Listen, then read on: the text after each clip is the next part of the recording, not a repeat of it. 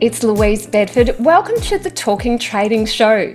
We have had so many new listeners lately. It just brings me so much excitement because I know that we can help you with what, when, and how to trade. And every week I bring you scintillating new guests and I give you my perspective as a best-selling author about trading as well. Now, before I introduce my guest for today, I'm going to tell you about a little experience of mine when I was a child. It's all related to the guest that I'm about to introduce you to. When I was a kid, we had a neighbour who won Tats Lotto twice. Now, I don't know how she did it. It was fascinating. She said she was psychic. So I remember my mum talking with her over the back fence. This woman said to me and my mum, "I will help you pick the numbers." We were so excited. I grew up poor.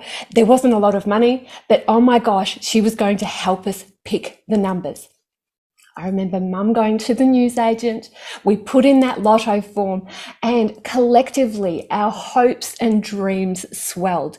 Me and my three sisters, even my dad got into it. We thought we were going to hit the big time, but we didn't. We got close, yes, no doubt. We got 2 numbers and it was just enough to feed that thought that maybe we could win. And do you know what psychologists call that? We call that near-miss psychology. It gives you just enough hope, gives you just enough endorphins to get you hooked. It's the same concept that people who play games are subject to, gamblers, people in casinos. That near-miss psychology is also at play in the share market. Now, I have got a guest to talk about this exact topic. I'm so excited to introduce you to Bill Moore. He's a quant, he's a trader, a developer, and an entrepreneur. He is the founder of fasttrading.academy. Fasttrading.academy. He's data-driven. He's focused and he has got so much information not only about trading, but about how trading can be considered a game. It's something that has odds, it has an edge, and if you play your cards right, you can win at this trading game. See what I did there? Clever, hey? So you might know that our other website is tradinggame.com.au because Chris Tate and I do believe that trading is a game, and we have found the perfect guest for you today. Bill Moore, welcome to the Talking Trading Show. Thank you so much, Louise. I'm so happy to interview you today. Bill, I want to dive right in there and say, what would you consider to be a trader with an edge? Because this is the key term, especially when you're new in the markets. You may not realize that an edge is so important. And I've even got a quote from you that I wrote down at the time in my little journal: trade with an edge or do not trade. What do you mean by an edge and how do you determine it? Why is it so important? Well, an edge is the reason you're the favorite. Okay, it's the reason that you have a positive expectation. So if you're playing a game or a sport, let's say, and you're just doing it for fun, well, maybe you don't need an edge. But by the time you start introducing money into something, probably you're better off if you have an edge. And when I say don't trade at all, I mean it. I see so many people that just they learn one little trick about trading, they jump in.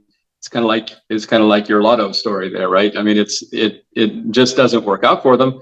But they didn't have an edge. They learned maybe how to open an order or something, and they had no edge, and they're in and they're out. Okay, so there's a lot of different kinds of edge when you were asking about edge for traders, right? If you're an investor like a Warren Buffett, right, you're going to read a million balance sheets and you're going to find differences and you're going to find the good ones, and that's your edge. A high frequency trading company, let's go to the opposite end of the spectrum. Their edge might be they're the first guy to place every order. They're faster than everybody else. They have the computers co-located, blazing fast, and that's their edge. But for traders like the rest of us, we need to have some other things. And there's a lot of a lot of ways to do that edge, but mine in particular is based on some very mathematical statistical techniques that look at similar groups of products, and we find which ones are overvalued and undervalued. And we call it relative value because it's not overvalued compared to the world, it's compared to this group of products. So let's say this group of products has been moving up, well, but some of them have moved up too much and some are still behind, right? And there's a way, some trading strategies we can use to take advantage of that type of mispricing. So that's the edge that I do. There's other edges out there, and I could name more edges too, but that's what I do with mine. But definitely, if you don't have an edge, you shouldn't be putting your money down. Let's put it that way.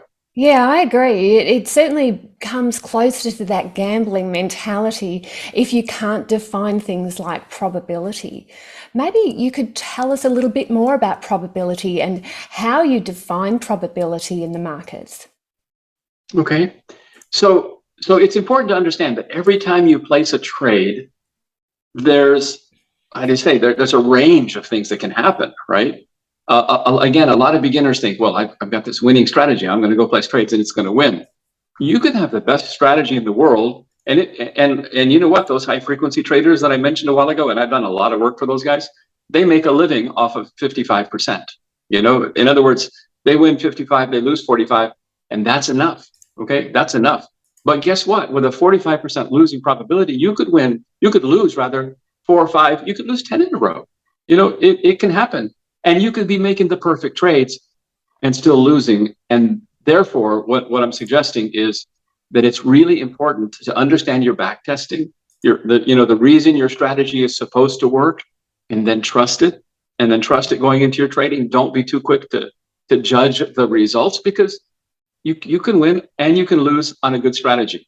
Okay, on a losing strategy, you can also win on sometimes. On a losing strategy, let's say it's reversed and you're losing 55 instead of winning 55. Well, in the long run, you're dead meat, right? But right now, you could still win. You can still win some trades. So to me, the most important probability is when you are defining your strategy. You need to go back and look at the historical numbers and check everything and make sure that those numbers work over the long term. Check thousands of situations. And then don't worry today. Today, don't worry whether one worked or one didn't, or 5 worked or 5 didn't. Right? That's not a large enough sample to influence your probability.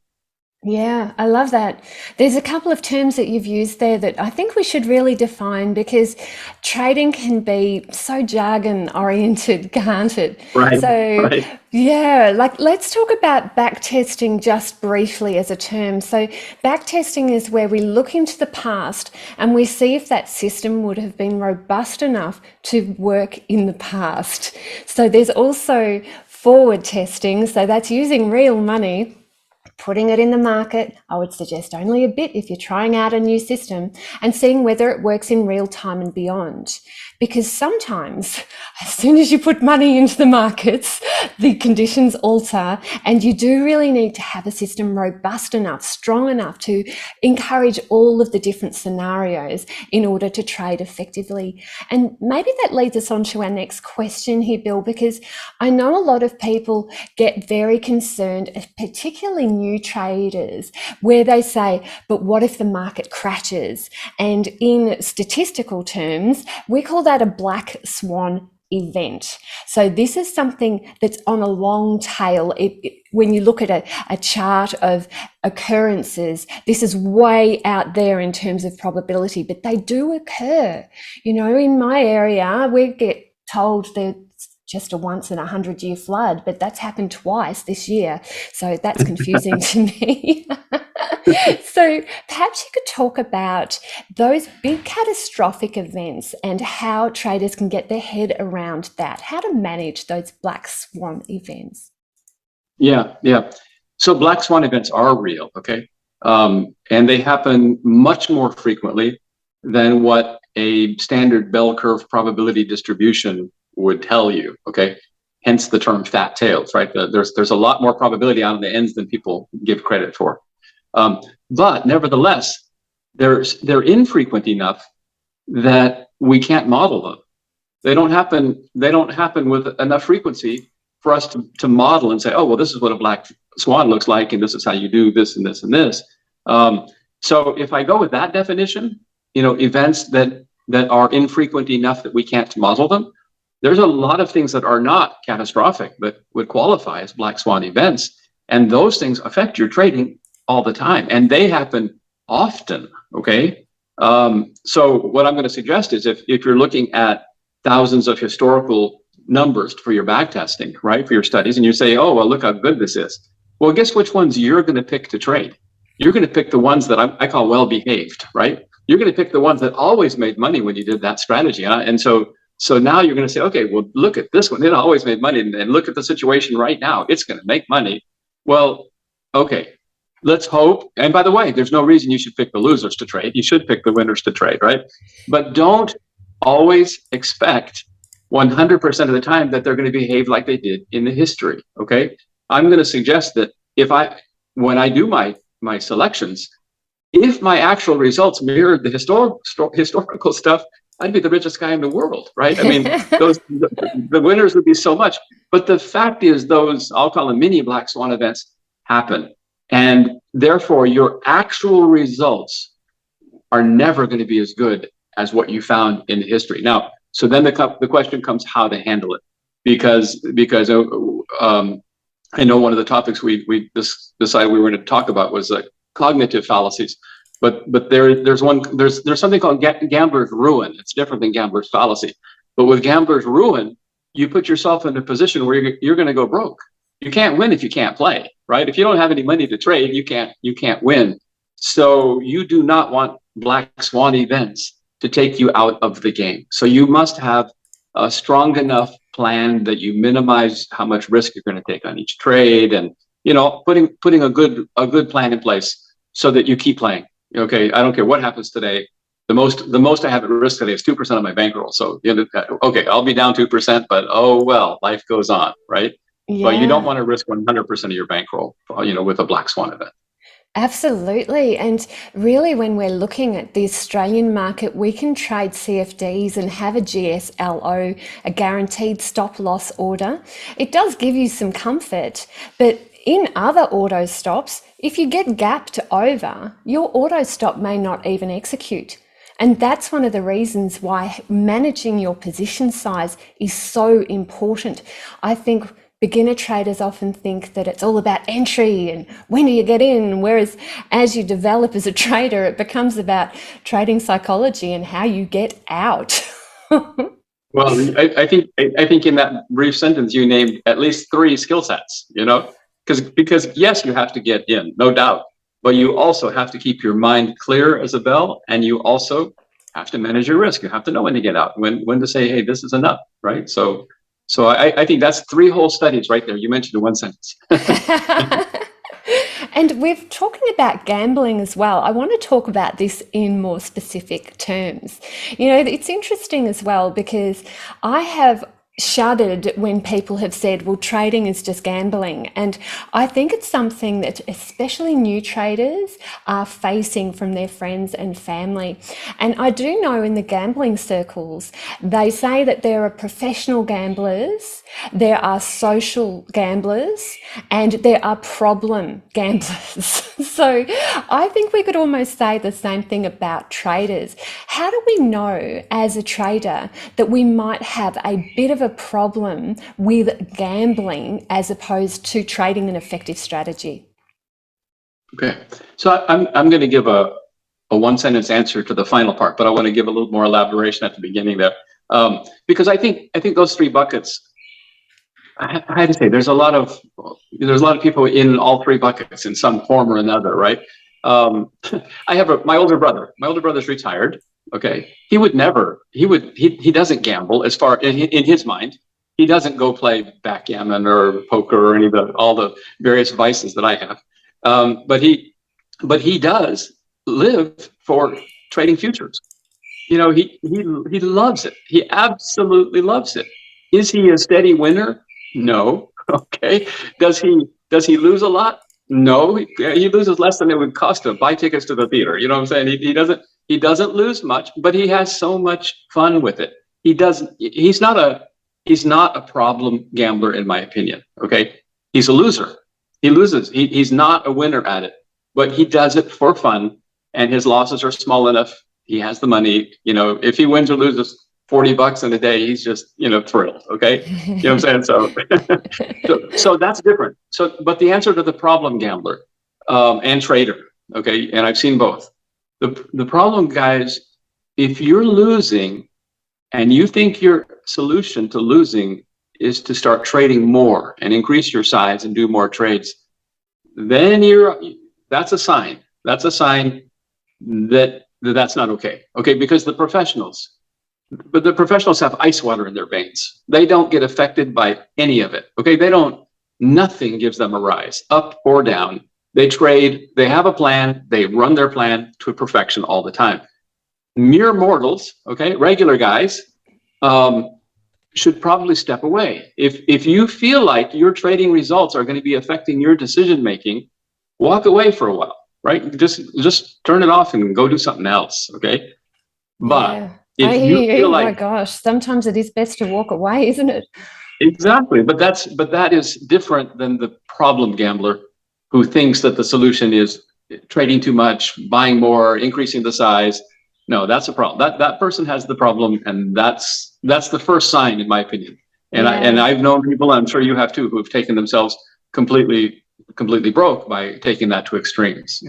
And I even notice it in some of the things that they say, like the one that I love, which I don't love, is I'm due for a win. Yeah, I'm due for a win. Who said so? The universe isn't some benevolent, caring parent that will bestow a goodie upon you if you have good behavior. The markets really do respond to a very strict level of definitions of terms, of a trading plan that you follow, and repetitive behavior. Now, I've heard it said that traders really dislike uncertainty and risk, whereas gamblers live for it. What's your take on that? Okay, so there is no way to make money without risk, right? Risk is part of both of those environments.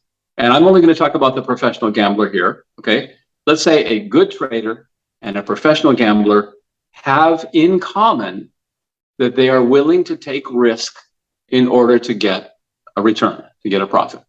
The difference between those guys and the unsuccessful trader or the losing gambler is that these guys only take that bet when they're the favorite, when they have an edge, right?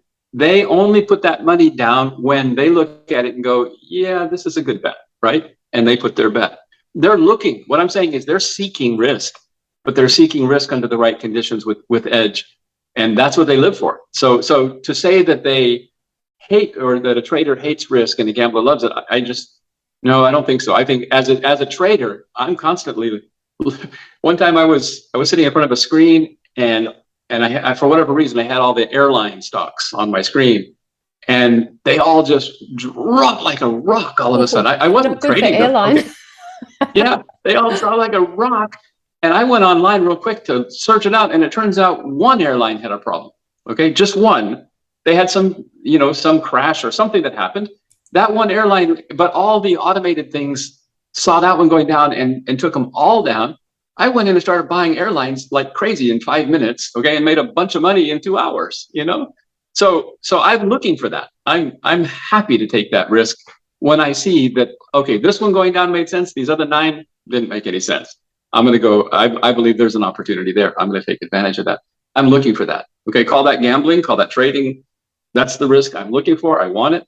I'm putting that trade on, guys. Get out of the way. Here we go. Yeah, I love that. And the thing that we're looking at here as well is that you're not going all in on one position. You're evaluating the risk. You're making a set decision before about how much you're willing to lose per position. Exactly. And it's a calculated concept, which I think is really the key with this. I do find it interesting as well that traders have borrowed so many terms from the gambling profession. Like the key one that I love, and I'd love to hear your take on this, is the anti-martingale method. So the way that I teach my traders to use this is that if they're hitting a cluster of wins and their equity is growing, then their initial position size for the next position can also be a bit larger, because you're on a roll, baby. You know, you're in line, you're in sync with the markets, everything's in flow. So you can actually open up. Whereas if you're hitting a cluster of losses, and you can do this in terms of an equity curve as well with a moving average over it, that's a really easy way to do it. If your equity curve is underneath the moving average, then hey, things aren't going so well for you. So maybe you should minimize your initial position size for the next trades. So I'd love to hear your thoughts about what has the gambling industry loaned to the trading industry? Well, I like your example of the anti-martingale I think is a good one. The way it shows up, if you will, on my trading is because I have X amount of capital, and I put on 10 different positions. Now these are pairs trades, so I'm long one and short one. Each position I put on is long one trade and short one trade. So I'm balanced, what I call delta neutral, right? I'm balanced across the board there. But I do everything based on having 10 positions open constantly, right? I want that's the capital I want in the market is 10 open.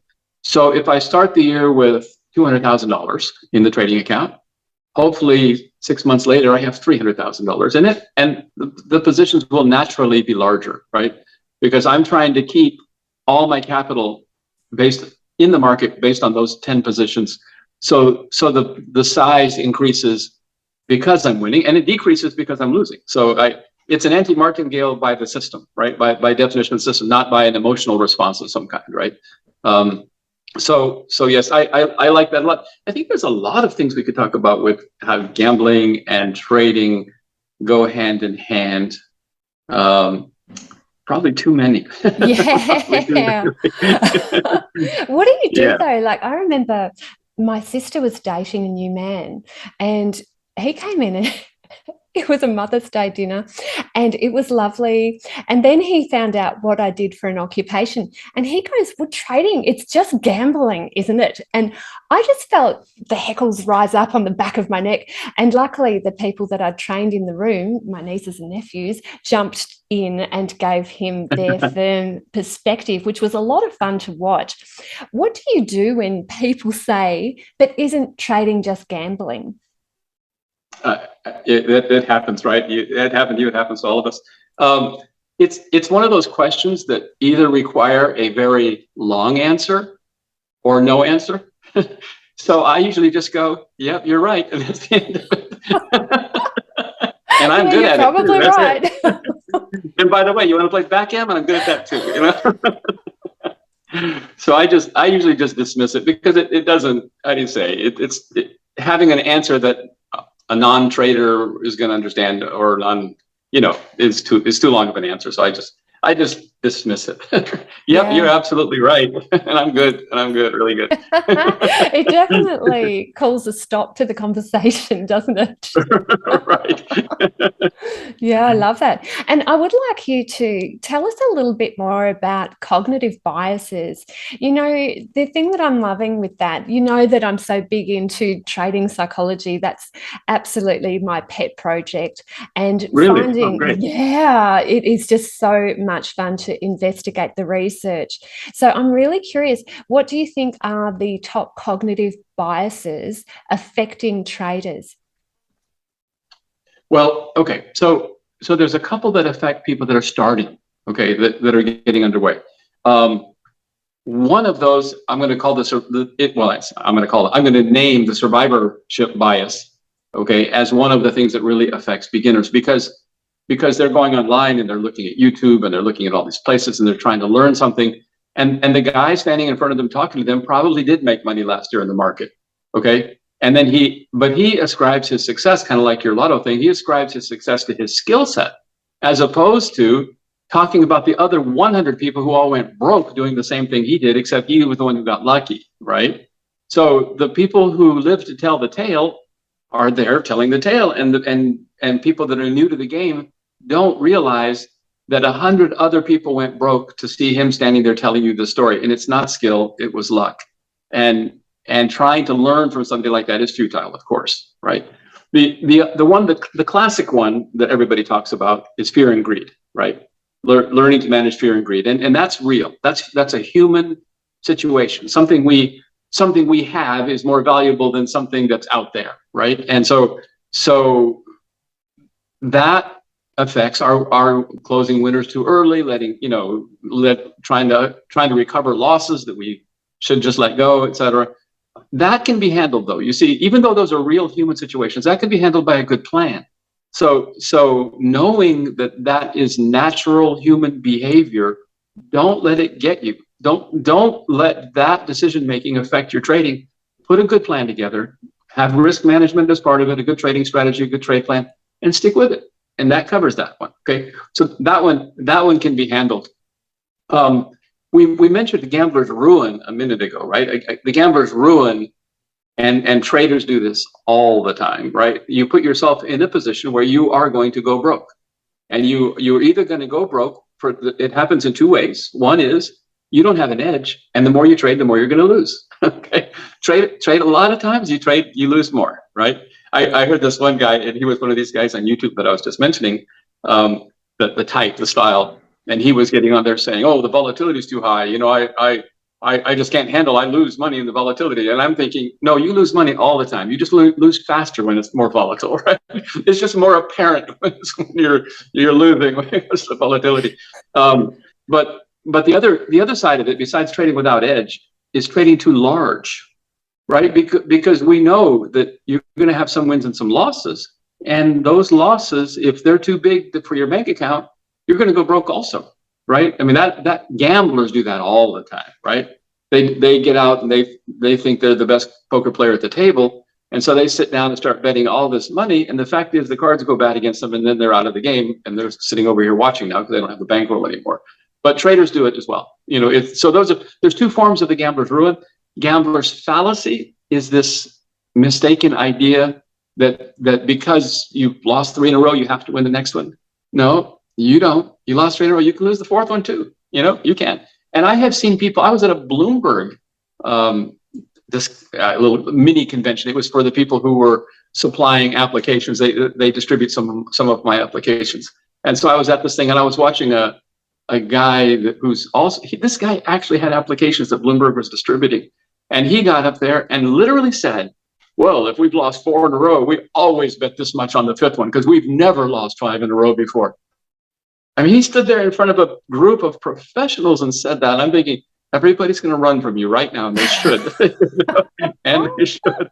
The other one is this thing that's called need for closure. The need for closure is the human requirement to say this happened because of this, right? So you had a winning trade. You want to say, it won because I did all these things right in this and this and this. And if you lost, you want to say, well, I screwed up. I need to fix this part of my trade. And the fact is, the most likely scenario was just a probability distribution, okay, in both of those scenarios. And to try to ascribe rational, things to something that's a probability distribution will make you crazy, right? You'll go nuts. You'll make bad decisions. You'll start changing things that don't need to be changed. But that's very, very typical. Yeah, and so often you'll tell yourself a story about why, and that story is called the narrative fallacy, which is so interesting. It's related. It's yeah, very much related. We so want to know the story behind the thing that happened. Right. We need to explain it around the campfire in our caveman gear so that we feel, from an evolutionary biology point of view, very satisfied that we know why. We will even change how the actual scenario came down to make it fit our narrative, right? It has to fit our narrative, and even our memory of it will change, right? Because it has to fit our narrative. So those are the kinds of things. Almost all of them, though, almost everything we just discussed can come down to being better at what I call statistical thinking, right? Just understanding that small sample spaces, you look at a few trades, don't even try to make decisions based on a few trades. It's not enough information for you to be changing anything you did. Do your hard thinking when the market's closed, right? Do your deep thinking and research and all this stuff over here, and then go over here and collect. I'm not saying don't collect information, but don't think that that's enough information for you to change all that thinking and all that back testing you did and all that stuff that you did already, right? This is the big information. This is just a little bit, right? And go with the big information until you have a real reason not to, right? Look, and that is gold. I'm going to put that down as a try this at home tip, is only make your big decisions when the markets have shut. I've personally noticed my IQ halves as soon as the markets open. I don't know about you, but I'm pretty sure if you put me in an MRI, that's what you'd find. So do the hard decisions, the big thinking when the market is shut. I think that is just beautiful. And Bill, I'm really curious. You play a few different games, don't you? Just give us the quick rundown of what you play, and also then perhaps tell us a little bit more about the mindset of the serious gamer. Sure. So my personal games, I started off I was a real nerd. Okay, I'm sorry, I still am. I still am a real nerd. But I started off playing chess when I was a little kid, and I ended up. I'm a master level player. I have a FIDE rating of 2150. I don't know if people know what that rating is, but that's an international chess rating. So I play chess pretty well. I played a lot of international chess tournaments and played a lot of teams and things. But then along with that, and I don't even remember when in high school, I ended up buying various books on poker, on backgammon, on gin, all these different other types of games. I managed when I was in college to play a fair amount of poker already. That's before Texas Hold'em. I'm an old guy. So it was before Texas Hold'em became really popular. When I got out of college, and I got out of, to show you what a nerd I am, I got my master's degree in physics when I was 20. Okay, so I was a little kid, but I was out getting paid by Hewlett Packard to do stuff, and I went. I'm old enough, well, in Texas anyway. I was old enough to go to the bars at that time. And they had backgammon boards out there, and people were playing backgammon for money, sitting in the bars. And me being a game player, wow, that was too much for me to resist. So I went home and took the one book that I owned and read it, and came back and started playing with these guys. And over some number of years, I've become I guess I'm in the top, I don't know, 400 in the world or something like that right now. Backgammon is the game I play a lot right now. I play 3 times a week online with people, right? What they call chouettes, right? Which is a group of people playing against each other. So I play a few times a week. So, and that's, obviously and when I lived in Panama, which I didn't even mention, but I lived out of the country. I lived in Panama for 10 years. I played poker 4 or 5 nights a week there. And so I don't know. I played backgammon poker a lot. In the gambling world, I played chess and chess tournaments a lot. So I love games. Wow, yeah. I would have to say it's my hobby. It's my stuff. It's your way of life. It overflows. That's fantastic. I'm not just let me tell you a funny story if we have time here. When I was years ago, when my kids were younger, I was coaching Little League football, and our team had been very successful. So we had a lot of the kids on the playground all talk about it, and they all wanted to be part of this team because we have the successful Little League football team. It's American football, right? This is where you're out wearing pads and smashing each other's heads and stuff. And so my kids know me, right? My team knows me. We're having fun, and we're a winning team. So this mother comes with her boy, and she comes out to meet me, and she wants to make sure, because her son wants to play football. She wants to make sure that this is for fun. She wants to make sure we're not too serious, right? This is Little League, and we want to make sure this is fun. So I give her the assurances that, yes, this is about having fun. This is wonderful. The kids are going to learn sportsmanship and teamwork, and we're going to have a lot of fun. And the mother was so happy to hear me say that. And as soon as she gets out of earshot, I say, and the rest of my team already knows what I'm going to say because they've heard it before, but winning is a lot more fun than losing. So that's what we do here is win. I love So, that. And it's same for trading, isn't it? Like when you're well, winning, that's it's you so asked about much. the game player's mindset, and I'm saying that is my mindset. I love games, but I go after winning. I want an edge even if we're playing for free. Okay, if we were playing tiddlywinks, I would find a way to to have it. Oh my No, gosh, I I so like. want you on my team when we play Trivial Pursuit. I hate to. I don't want to brag, but I'm the right guy. Oh, yeah, I think so. Between you and my business partner, I think I'm set. You know, part of success in life is choosing the right team to be around you. So, yes, that's good to know. Now, what Exactly. advice can you offer to the trader listening that has a bit of doubt in their heart, Bill? Well, the two themes that I emphasize all the time is one, I don't recommend you putting your money down until you practice, practice, practice. Okay. You need to be confident on many. I break it down into 5 categories of things, which we won't go into today, but you need to have those 5 things as part of your life, right? Before you should be willing to put your money down. Okay. So get these skills in place before you trade. Okay. Then ask yourself always, where's my edge? Why am I the favorite on this trade? And if you can't point to it, if it's not clear enough for you to point to it, then don't trade it, right? Because if you can point to it, you're going to know where to get in, where to get out, all those kinds of things. All those other answers you need to have are more clear when you know your edge and you know what it is and where it is. So those are the 2 things: practice and knowing your edge, and that you have it. So that's what I would tell people. Please do these things before you risk your money. Oh, Bill, you are just divine. How can everybody get in touch with you, and what would their next step be in dealing with you?